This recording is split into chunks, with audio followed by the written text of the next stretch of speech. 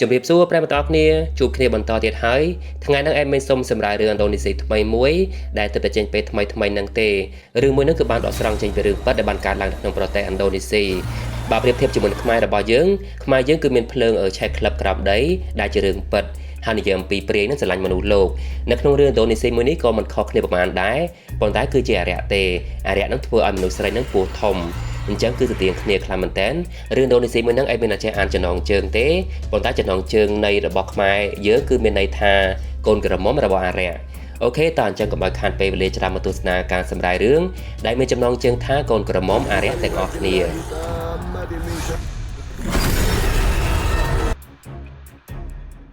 ាសាច់រឿងបានចាប់ផ្ដើមអំពីស្ត្រីម្នាក់ដែលជាប្រពន្ធមានឈ្មោះថាអេចាគឺនាងបានសុបិនចម្លែកមួយគឺនាងបានសុបិនឃើញថាគឺនាងបានដើរចូលក្នុងអគារចាស់មួយម្នាក់ឯងប៉ុន្តែនៅខាងក្នុងនោះគឺមានការតុបតែងយ៉ាងស្រស់ស្អាតបំផុតដែលនាងមិនធ្លាប់ឃើញពីមុននោះទេបន្តិចក្រោយមកបរិសុទ្ធសង្ហាម្នាក់ក៏បានដើរចេញមកហើយក៏បានសុំរួមមេត្រីជាមួយនឹងអេចាតែម្ដងនៅពេលអេចាបានយកព្រមរួមមេត្រីជាមួយនឹងបរិសុទ្ធសង្ហានោះហើយបរិសុទ្ធសង្ហានោះចាប់ដើមរួមមេត្រីជាមួយនឹងគ្នានៅក្នុងយល់សពប៉ុន្តែនាងមិនដឹងទេថាបរិសុទ្ធសង្ហានោះគឺជាអារ្យហើយនៅពេលអេចាបានងើបពីដេកមកវិញអាវរបស់នាងក៏បានរបូតលាវនាងមានអារម្មណ៍ថាដូចជារូបមេត្រីប៉ិតអញ្ចឹងទៅបានជាអេចាចាប់ដើមញញឹមម្នាក់ឯងបើតបនៅពេលដែលប្តីរបស់នាងមានឈ្មោះថាអារៀលត្រឡប់មកពីធ្វើការផ្នែកសន្តិសុខវិញអេចាក៏បានដើរទៅមើលទាំងអារម្មណ៍មិនសប្បាយចិត្តតតែសោះព្រោះទំនាក់ទំនងក្រុមគ្រួសាររបស់នាងមិនបានល្អតាំងពីដើមមកម្ល៉េះប្តីរបស់នាងគឺតែងតែធ្វើការពាក់កណ្ដាលយប់រហូតមិនដែលសូវរវីរវល់ជាមួយនឹងនាងនោះទេបើតបនៅពេលដែលអារៀលបានយកអាវទៅព្យួរស្រាប់តែអារ្យក៏បានធ្វើធ្លាក់មកខាងក្រោមហើយពួកគេក៏បានឆ្លោះប្រកែកគ្នាទៅវិញទៅមកតែម្ដងនៅពេលអ៊ីចាបានធ្វើអាហារទុកឲ្យអារៀលសម្រាប់ហូបសោះប៉ុន្តែអ៊ីចាបានដោះសារទៅវិញថានាងបានធ្វើការនៅក្រៅហត់ជាខ្លាំងហើយត្រូវធ្វើការមេផ្ទះបន្ថែមទៀតវាពិតជាពិបាកណាស់សម្រាប់ស្ត្រីលោកនៅប្រាប់បន្ទាប់អ៊ីចាក៏បានទៅធ្វើការម្នាក់ឯងជាធម្មតាដោយមិនមានការជូនពីប្តីរបស់នាងនោះទេការងាររបស់នាងគឺជាផ្នែករៀបចំអីវ៉ាន់នៅក្នុងស្តុកនៅក្នុងឃ្លាំងមួយកន្លែងប៉ុន្តែកំឡុងពេលនាងធ្វើការស្រាប់តែមានអ្វ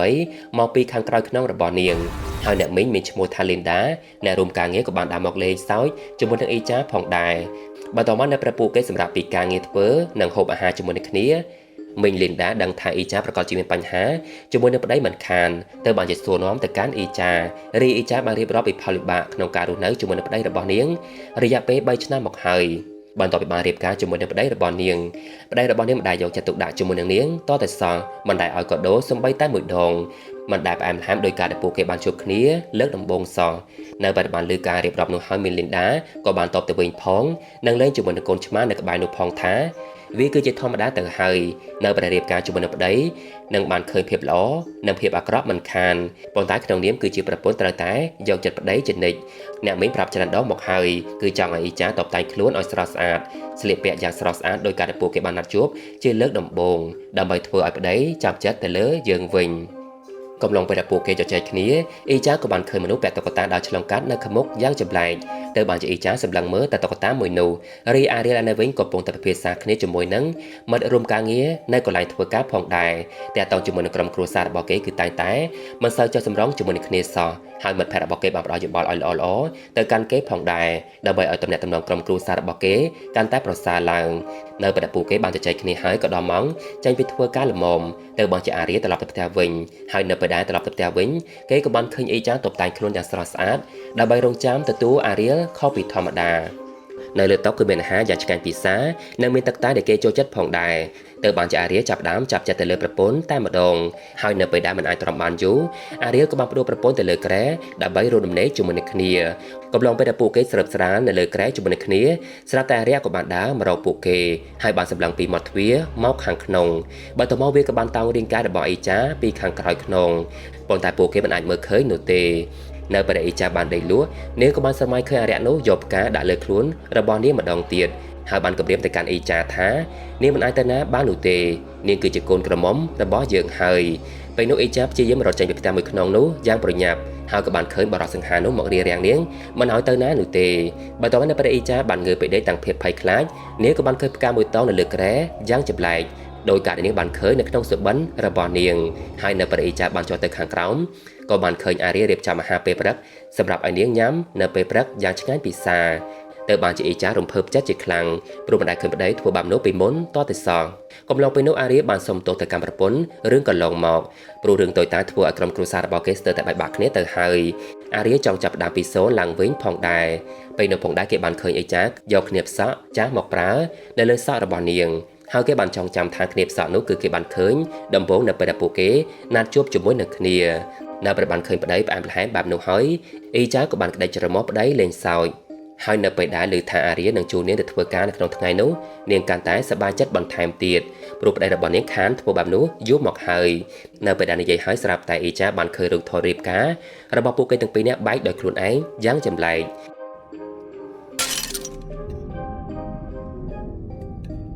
បន្ទាប់មកនៅពេលដែលអារ៉ាបានដឹកអេចាទៅកន្លែងធ្វើការអេចាបានប្រាប់ថា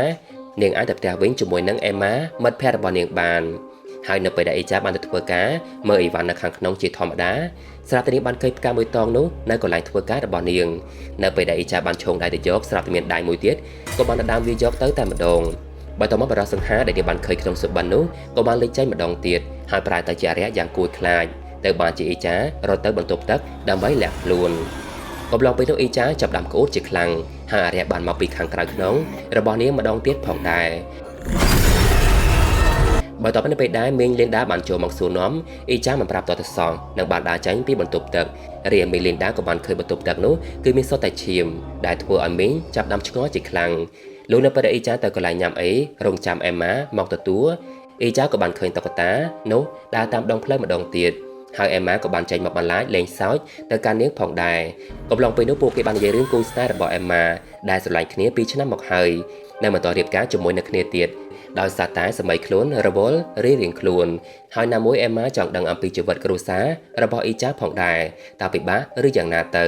អ៊ីចាក៏បានប្រាប់ទៅកាន់អេម៉ាវិញថាជីវិតគ្រួសាររបស់នាងគឺពេលខ្លះផ្អែមល្ហែមសប្បាយចិត្តមានក្តីសុខនៅពេលដែលយើងងើបពីដេក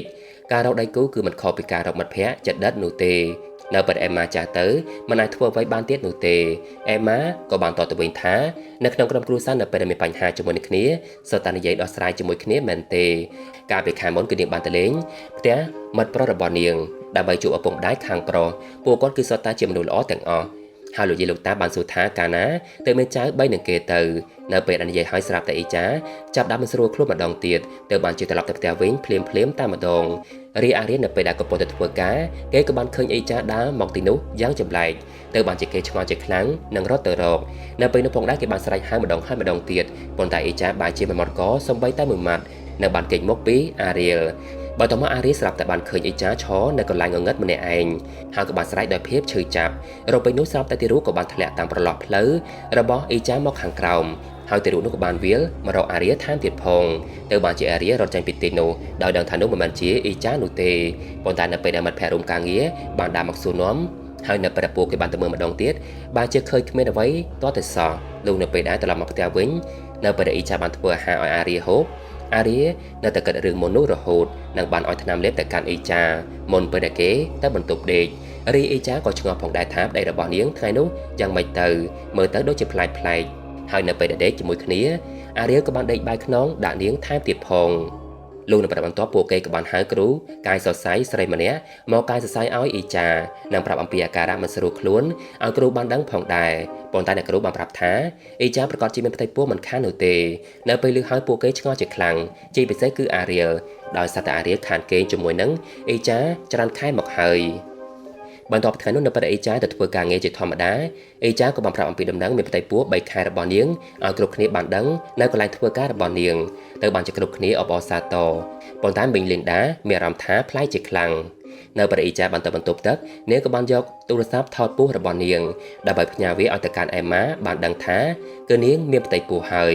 បន្ទាប់មកមីងលីនដាក៏បានចូលមកសួរនាំរឿងកាលពីថ្ងៃមុនដែលឃើញអ៊ីចាមិនសូវស្រួលខ្លួនហើយនៅពេលឮថាអ៊ីចាមានផ្ទៃពោះរយៈពេល3ខែមកហើយនោះមីលីនដាកាន់តែឆ្ងល់បន្ថែមទៀតព្រោះអ៊ីចាមិនដែលរួមដំណេកជាមួយនឹងប្តីតតែសោះតែមានកូនងាយខ្លាំងម្ល៉េះអ៊ីចាប្រាប់ទៅកាន់មីងលីនដាវិញថាគួរតែសប្បាយចិត្តនៅពេលនាងមានផ្ទៃពោះរីអារីក៏ប៉ុន្តែប្រាប់មិត្តភ័ក្តិរួមការងាររបស់គេតែងើឆ្ងល់ផងដែរថា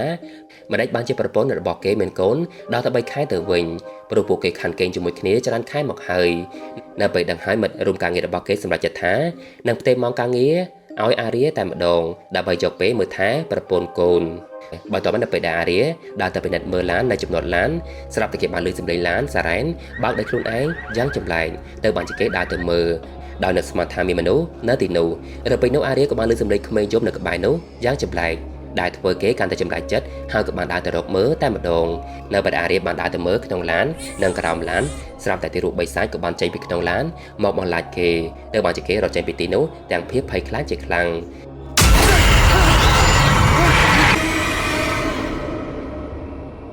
បើតើនៅពេលអារ្យត្រឡប់ទៅផ្ទះវិញគេនៅតែគិតរឿងនោះម្ដងទៀតដដែលព្រោះគេបានជួបម្ដងហើយម្ដងទៀតហាក់បីដូចជាបីសាច់បន្លាច់គេអំពីរឿងអ្វីមួយពេលនោះនៅពេលអារ្យបានមើលទូរស័ព្ទគេក៏បានឃើញអេចាឆាតជាមួយនឹងមិត្តប្រុសចាស់មានឈ្មោះថា Danny ដើម្បីប្រាប់រឿងផ្ទាល់ខ្លួនរបស់នាងទៅបានជាអារ្យចាប់ដល់ប្រច័ណ្ឌជាខ្លាំងព្រោះគេក៏ពុតតែសង្ស័យថាអេចាមានកូនបានយ៉ាងម៉េចទៅព្រោះខានគេជាមួយគ្នាយូរមកហើយអេចាក៏បានប្រាប់ទៅវិញថាបើសិនជាមិនជឿជាក់នាងចាំស្អែកទៅមន្ទីរពេទ្យជាមួយនឹងគ្នាក៏បានលោកនៅថ្ងៃស្អែកមកដល់នៅពេលពួកគេនាំគ្នាទៅពិនិត្យមើលផ្ទៃពោះជាមួយនឹងគ្នាពួកគេភ្ញាក់ផ្អើលជាខ្លាំងព្រោះគ្រូពេទ្យបានប្រាប់ថាគ្មានសញ្ញាបង្ហាញថាអីចាគឺមានផ្ទៃពោះនោះទេវាអាចមកពីការស្រមើស្រមៃរបស់ស្ត្រីដែលចង់បានកូនខ្លាំងពេកទៅបានជាគិតថាខ្លួនគឺមានផ្ទៃពោះនៅពេលដឹងក៏ប៉ັດហើយពួកគេសោកស្ដាយជាខ្លាំងដែលខំគិតថាអ៊ីចាគឺមានកូនតាំងពីដើមមកម្លេះបើតើមិននៅពេលអ៊ីចាទៅធ្វើការជាធម្មតានាងប្រាប់ទៅកាន់មីងលីនដាទាំងសោកសៅអំពីការគ្មានកូនរបស់នាងហើយនៅពេលដឹងក៏ប៉ັດហើយមីងលីនដាចង់នាំអ៊ីចាទៅកន្លែងមួយដើម្បីជួយអ៊ីចាគឺមីងលីនដានាំអ៊ីចាទៅផ្ទះលោកគ្រូប្រុសម្នាក់ដែលមានឈ្មោះថាអូស្តាតបើតើនៅពេលដើរទៅដល់ទីនោះលោកគ្រូបានឃើញអារ្យនៅឈរពីក្រោយខ្នងរបស់អ៊ីចាយ៉ាងគួរឲ្យខ្លាចនិងពោពេញទៅដោយកំហឹងទៅបានជាលោកគ្រូហៅគ្រប់គ្នាចូលទៅខាងក្នុងជាប្រញាប់នៅពេលដែលប្រាប់រឿងគ្រប់យ៉ាងឲ្យលោកគ្រូបានដឹងហើយជាពិសេសគឺការកេងជាមួយនឹងអារ្យហើយលោកគ្រូប្រាប់ទៅកាន់ពួកគេទាំងពីរនាក់វិញថាព្រះអាឡោះបានបង្កើតជីនដែលជាអារ្យមានតណ្ហាដោយតែនៅមនុស្សលោកមានអ្នកផ្សេងទៀតប្រាប់លោកគ្រូផងដែរថាមានអារ្យតាមស្រឡាញ់ក្នុងយល់សពអ៊ីចាក៏បានតបទៅវិញថាការមានផ្ទៃពោះរបស់នាងគ្មានអីតាក់ទងជាមួយនឹងអារ្យនោះទេហើយនាងនៅតែជឿថានាងមានផ្ទៃពោះដដែលលោកគ្រូក៏បានសួរបញ្ជាក់ទៅកាន់អ៊ីចាបន្តទៀតថាពិតជាគិតថាមានអ្វីនៅក្នុងពោះរបស់នាងមែនទេហើយដឹងបានយ៉ាងម៉េចទៅអ៊ីចាក៏បានតបទៅវិញថានាងមានអារម្មណ៍ថាវាបំរានៅក្នុងពោះរបស់នាងនៅពេលឮហើយលោកគ្រូចាប់ផ្ដើមញញឹមហើយប្រាប់ទៅវិញថាចាំជួបគ្នានៅពេលក្រោយហើយក៏ទៅរឿងវិជ្ជមានបានហើយរីអ៊ីចាក៏បានដើរចេញពីទីនោះទាំងខឹងជាមួយនឹងលោកគ្រូជាខ្លាំងមុនពេលដែលត្រឡប់ទៅវិញមីងលីនដាក៏បានសុំទោសទៅកាន់លោកគ្រូផងដែរបើតបនៅពេលដែលពួកគេត្រឡប់ទៅផ្ទះវិញមីងលីនដាក៏បានសួរទៅកាន់អ៊ីចាថាពិតជាចង់បានកូនណាស់មែនទេអ៊ីចាក៏បានតបទៅវិញទាំងសោកសៅថានាងរៀបការជាមួយនឹងប្តីរបស់នាងច្រើនឆ្នាំមកហើយចម្លើយដែលទទួលបាននោះគឺនាងស្រមើស្រមៃថាខ្លួនឯងមានកូនទៅវិញនាងមិនចង់និយាយច្រើនបន្តទៀតនោះទេរីអារ្យនៅវិញក៏កំពុងតែនិយាយរឿងគ្មានកូនទៅកាន់មិត្តភ័ក្តិរួមការងារម្ដងទៀតហើយការនិយាយរបស់គេនោះគឺសោកសៅជាខ្លាំងព្រោះក្តីរំពឹងរបស់គេនៅពេលនេះគឺរលាយអស់ទៅហើយប្រពន្ធរបស់គេគឺគ្មានផ្ទៃពោះនោះទេលោកនៅពេលយប់ជ្រៅនៅពេលដែលមីងលេងដាជិះម៉ូតូត្រឡប់មកផ្ទះវិញម្នាក់ឯងមីងក៏បានឃើញកូនឆ្មានៅកណ្ដាលផ្លូវទៅបានជាមីងយកវាទៅដាក់នៅលើហឹបប៉ុន្តែនៅពេលដែលដាក់ហើយឆ្មាចាប់ដាំស្រែកយ៉ាងខ្លាំងយ៉ាងចម្លែកនៅពេលដែលមីងបានដើរទៅមើលម្ដងទៀតឆ្មានោះក៏បានបាត់ឆឹងតែម្ដងហើយនៅពេលដែលមីងបានដើរទៅកន្លែងការដ្ឋានរកស្រាប់តែបិសាចក៏បានចេញមកលបបន្លាចនៅបានទម្លាក់របស់ទៅលើមីងស្លាប់មួយរំពេចតែម្ដង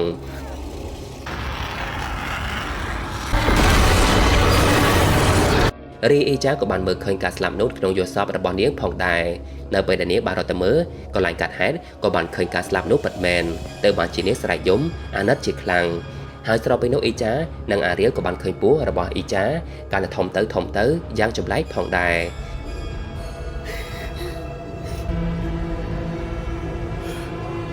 លោកនៅពេលកម្មវិធីបន់សពរបស់មីងលីនដាបានចប់អ៊ីចាក៏បានប្រាប់ទៅកាន់អារៀលនិងអេម៉ាឲ្យបានដឹងថានាងបានសុបបានឃើញការស្លាប់របស់មីងលីនដាការប្រយុទ្ធមិញហើយការស្លាប់នោះក៏បានคล้ายទៅជាការពិតនាងគិតថាគឺជាកំហុសរបស់នាងនៅពេលដឹងថាមិនស្រួលបែបនោះហើយពួកគេក៏បានសម្រេចចិត្តនាំអ៊ីចាទៅរកលោកគ្រូធ្វើពិធីតែម្ដងដើម្បីជួយសង្គ្រោះអ៊ីចាបើតបនៅពេលដែលលោកគ្រូបានសូត្រគាថាតាមប្រពៃណីបានបន្តិចស្រាប់តែអ៊ីចាចាប់ដាំស្រួលខ្លួនទៅមិនស្រួលខ្លួនទៅហើយបិសាចក៏បានចូលទៅក្នុងខ្លួនប្រាណរបស់អ៊ីចាមួយរំពេចតែម្ដងនៅក្នុងសភាពយ៉ាងគួរឲ្យខ្លាចដោយនៅពេលនោះអារ្យបាននិយាយថានាងគឺជាកូនក្រមុំរបស់យើងតែម្នាក់គត់លោកគ្រូក៏បានតបទៅវិញថានាងគឺជាកម្មសិទ្ធិរបស់គេផ្សេងទៅហើយ នៅពេលឮហើយអារក្សចាប់ដើមខឹងជាខ្លាំងហើយនៅពេលដែលលោកគ្រូបានសូត្រគាថាបន្តទៀតពស់របស់អេចាចាប់ដើមមានម្រាមដៃទារកបំរាយ៉ាងគួរឲ្យខ្លាចហើយបន្តិចក្រោយមកពស់របស់អេចាក៏បានប្រែទៅជាធម្មតាវិញនិងគ្រប់គ្រងខ្លួនឯងវិញបានផងដែរបន្ទាប់មកមុនពេលដែលលោកគ្រូបានឲ្យពួកគេត្រឡប់ទៅវិញលោកគ្រូក៏បានឲ្យអក្សរសូត្រគាថាទៅកាន់អារៀលសម្រាប់សូត្រព្រោះអារក្សនោះមិនទាន់ចោះចាញ់ក្នុងការតាមយកអេចានោះទេលោកនៅពេលដែលពួកគេត្រឡប់ទៅផ្ទះវិញអេចាក៏បានសុំទោសទៅកាន់អារៀលដែលមិនបានប្រាប់រឿងសុបិនយូរមកហើយគឺនាងបានគេងជាមួយនឹងអារក្សនៅក្នុងយល់សប្តិរបស់នាងប៉ុន្តែអារៀលមិនខឹងអេចានោះទេនឹងចង់ចាប់ផ្ដើមជីវិតថ្មីជាមួយនឹងគ្នាបន្តទៀតលោកប៉ុន្មានខែក៏ឡងផុតទៅគ្រួសាររបស់អេចានិងអារៀលចាប់ផ្ដើមមានក្តីសុខឡើងវិញនៅថ្ងៃមួយអារៀលត្រូវផ្ទេរការងារទៅឆ្ងាយមួយរយៈប៉ុន្តែគេបារម្ភពីប្រពន្ធរបស់គេដដែលរាអេចាប្រាប់ទៅប្តីថានាងលែងអីហើយនាងលែងសុបិនអាក្រក់បន្តទៀតហើយអារៀលប្រាប់ទៅប្រពន្ធរបស់គេវិញថាបើសិនជាមានបញ្ហាអ្វីត្រូវតែទេមកគេจะដាច់ខាតលោកនៅពេលដែលដល់ពេលវេលាកំណត់ដែលអារៀលទៅធ្វើការផ្លូវឆ្ងាយអេចាក៏បានទៅកាន់អេម៉ាដើម្បីសុំឲ្យនាងមកដេកផ្ទះរបស់នាងកំដរមួយយប់ប៉ុន្តែអេម៉ាបានជាមិនទំនេរតតែសោះដោយសារតែកន្លែងការងាររបស់នាងគឺគ្មានអ្នកណាជំនួសបាននោះទេបើតើនៅពេលដែលអេចាកំពុងតែដេកម្នាក់ឯងនៅលើសាឡុងនិងបើកទូរទស្សន៍ចោលស្រាប់តែបានឮសំឡេងអាវប្តីរបស់នាងជ្រុះមកខាងក្រៅម្ដងទៀតទៅបានជានាងដើរទៅរើហើយក៏បានឃើញអក្សរគាថាដែលគ្រូឲ្យកន្លងមកនៅក្នុងហោប៉ៅអាវបើតមកអេចាក៏បានឮសំឡេងឆ្មាស្រែកយំនៅបន្ទប់នៅខាងលើហើយអេចាក៏បានទៅដេកបន្តទៀតជាធម្មតានៅថ្ងៃបន្ទាប់នៅពេលអេចាទៅធ្វើការជាធម្មតាស្រាប់តែបានឃើញអ្នកធ្វើការសុទ្ធតែជាបិសាចទាំងអស់យ៉ាងគួរឲ្យខ្លាចនិងបាននិយាយគ្រប់គ្នាថានេះគឺជារបស់យើងប៉ុន្តែក៏ប៉ុន្តែនោះគឺជាការស្រមៃរបស់អេចាតែប៉ុណ្ណោះ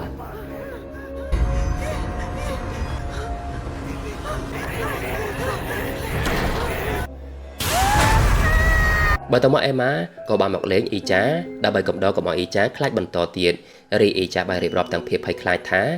ម្ដេចបានជានាងយល់សប្តិអាក្រក់ម្ដងទៀតហើយអារក្សនោះតាមនាងម្ដងទៀតហើយមែនទេតើឲ្យនាងធ្វើអីទៀតទៅព្រោះនៅពេលនេះគឺមីងលេដាបានស្លាប់អស់ម្នាក់ទៅហើយអេម៉ាក៏បានតទៅវិញថាពួកយើងព្យាយាមហើយនៅពេលនេះគឺនាងនៅក្បែរអ៊ីចាហើយស្របពេលនោះអារៀក៏បានទៅមកកាន់អ៊ីចាដើម្បីប្រាប់អំពីផែនការយកអ៊ីចាទៅផ្ទះរបស់លោកគ្រូម្ដងទៀតហើយអារៀក៏ពុតតែខ្ចីឡានគេជិះត្រឡប់មកវិញផងដែរ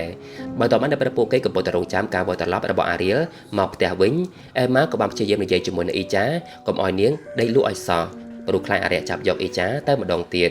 ប៉ុន្តែនៅពេលអេម៉ាភ្លេចមើលមួយផ្លែតតែប៉ុណ្ណោះស្រាប់តែអ៊ីចាក៏បានដេកលក់ពិតមែនហើយនៅពេលអេម៉ាព្យាយាមដាក់អ៊ីចាឲ្យភ្ញាក់ឡើងស្រាប់តែអារៀក៏បានទាញអេម៉ាធ្លាក់ពីលើគ្រែនិងបានអស់នាងchạyទៅខាងក្រៅបន្ទប់សន្លប់មួយរំពេចតែម្ដងរីអារក្សក៏បានយកដៃប៉ះពោះរបស់អ៊ីចាដែលធ្វើឲ្យពោះរបស់នាងចាប់ដើមពោះធំម្ដងទៀតបើតើនៅពេលអ៊ីចាដឹងខ្លួនឡើងវិញអ៊ីចាក៏បានឃើញពោះរបស់នាងពោះធំម្ដងទៀតយ៉ាងគួរខ្លាចទៅបានជានាងកាត់ចិត្តខឹងស្អប់ជាខ្លាំងហើយក៏បានវេកំតិចទីរូបក្នុងពោះនោះម្ដងហើយម្ដងទៀតចោលតែម្ដងពេលនោះដោយសារតែចិត្តខឹងស្អប់ខ្លាំងពេកអ៊ីចាក៏បានយកស្មាអាវតាមខ្លួននិងបានចុះទៅបន្ទប់ទឹកនៅខាងក្រោមដើម្បីយកស្មាអាវនោះចាក់សម្រាប់ទីរក់នៅក្នុងពោះរបស់នាងគឺនៅពេលនោះអ៊ីចាបានយកស្មាអាវយ៉ាងស្រួចចាក់ចូលប្រឡោះផ្លូវរបស់នាងម្ដងហើយម្ដងទៀតទាំងភាពឈឺចុកចាប់ជាខ្លាំងរហូតដល់ពេលនោះពោះរបស់នាងចាប់ផ្ដើមរៀបស្មាឡើងវិញប៉ុន្តែបន្តិចក្រោយមកពោះនោះក៏បានធំម្ដងទៀត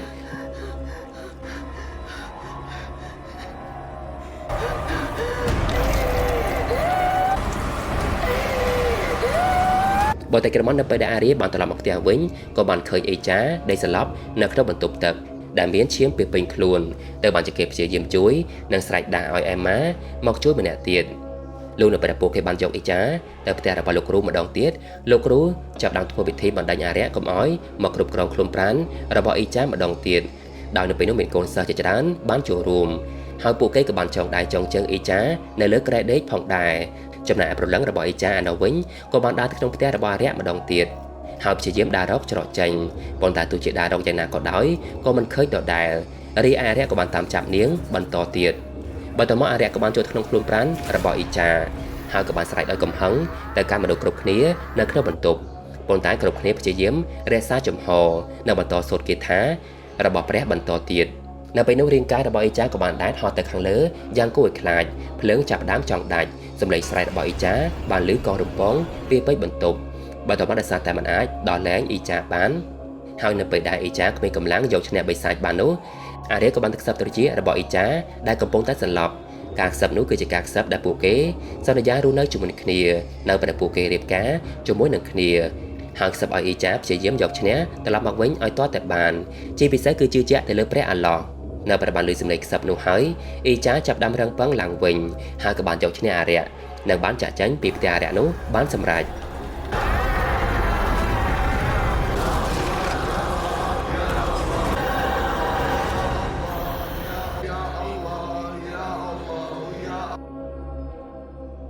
ចាប់តាំងពីថ្ងៃនោះមកអ៊ីចាបានបង្កើតបានកូន2នាក់យ៉ាងស្រស់ស្អាតនៅពេលដែលកូនប្រុសច្បងតែលេងបាននៅខាងក្រៅម្នាក់ឯងស្រាប់តែអារក្សនោះក៏បានដើរមកលេងជាមួយហើយអេម៉ាក៏បានយកកូនប្រុសរបស់អ៊ីចាចូលទៅខាងក្នុងវិញ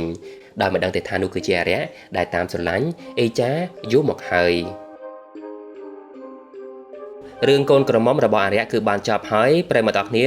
រឿងមួយនឹងគឺអត់សូវវែងទេបើគិតពីសាច់រឿងពេញវិញប្រហែលជា1ម៉ោងតិចតួចទេឯមានសូមបញ្ជាក់តិចថារឿងមួយនឹងគឺបានដកស្រង់ចេញពីរឿងពិតហើយការដកស្រង់ចេញពីរឿងពិតហ្នឹងគឺមិនមែនទាំងអស់ទេគឺពីដើមសាច់រឿងតែមិនតិចទេតាក់ទងជាមួយនឹងការយល់សប្តិរបស់តួអង្គឯកស្រីនៅចុងបញ្ចប់នៃសាច់រឿងគឺគេបានដាក់វីដេអូការសម្ភាសតួអង្គឯកស្រីផងដែរគឺជាតួអង្គឯកពិតប្រាកដនៅជីវិតពិត